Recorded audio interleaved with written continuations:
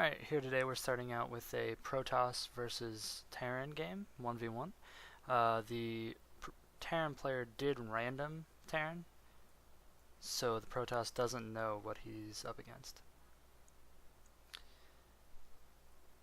Looks like the SCV is going across the map. In this game we're going to be showing you an example of Proxy barracks with bunkers. This strategy is extremely effective against Protoss in particular, as versus Terran, they can just lift off and run away if you proxy bunker. Especially on this map, they can retreat to the top position, though that does put them fairly far behind in economy. Additionally, Zerg players are somewhat defended from this strategy, as creep helps protect from bunkers getting quite close enough with Marines to be able to attack their hatchery, though it does greatly hurt the perimeter, and you can set up a bunker behind their mineral line to actually do some serious damage. Now here the Protoss player is building his pylon out here, which is pretty common on this map. It's you build your buildings here to help protect your natural expansion, and you kind of expand fairly quickly. He did kind of pass by the SCV, but didn't really seem to pay it much attention.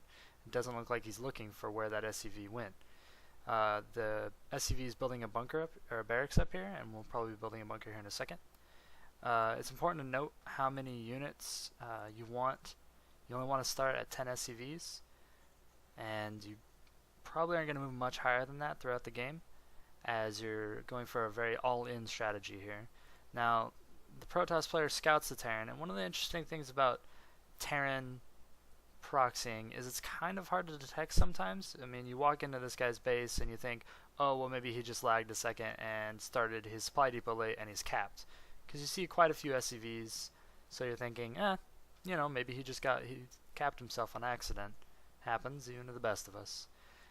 Here the Terran player has just finished his barracks and is building his first Marine with a bunker right next to it to defend it from either zealots or probes trying to rush over and take it out, or surround any Marines that come out and prevent this type of proxy, which is the best way. If you didn't detect it, the best way to take it out is to try and rush it with as many probes as possible and overwhelm the SCV that's over here, as then he won't be able to build more bunkers in toward your base.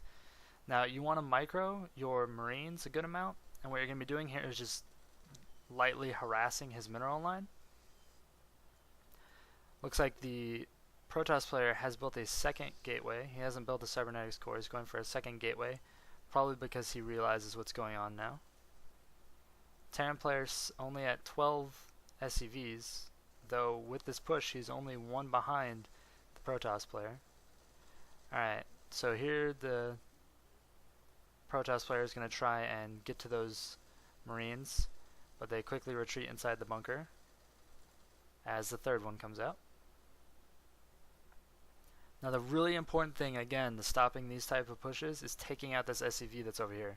Because the amount of time it takes to a new SCV to get over here and start building bunkers where they'll be more and more effective, it's quite a good amount of time. Now the Terran player definitely should have retreated to that bunker faster, but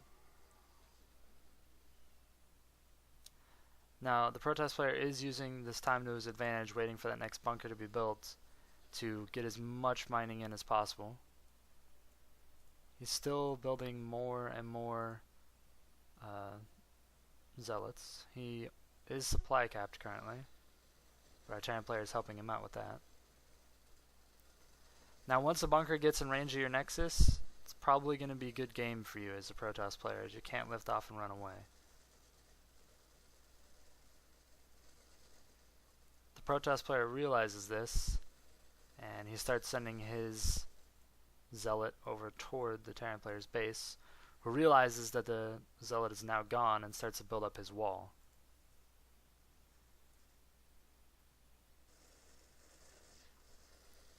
The Marines are taking out all of the probes here,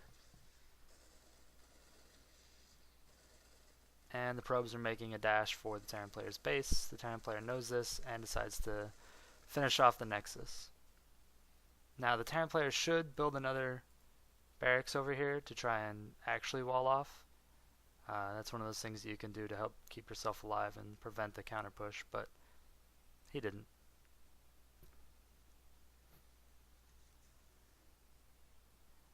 And here's that first zealot. It reaches the Terran player's base.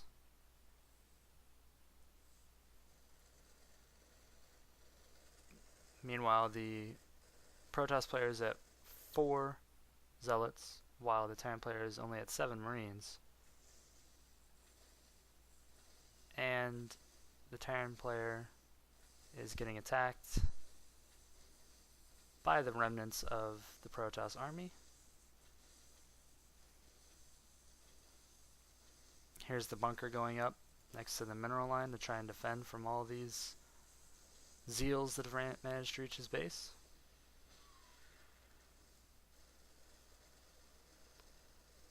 The Terran player finishing off 2 of the last 3 buildings.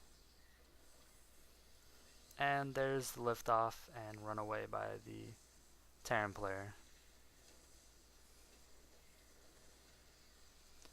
The bunker finishes, but there's no marines to occupy it on this side of the map, and the SCVs are going down very quickly.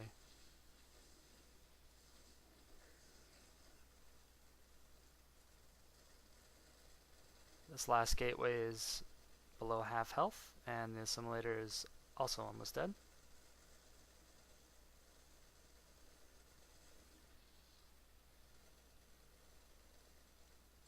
And that would be the game.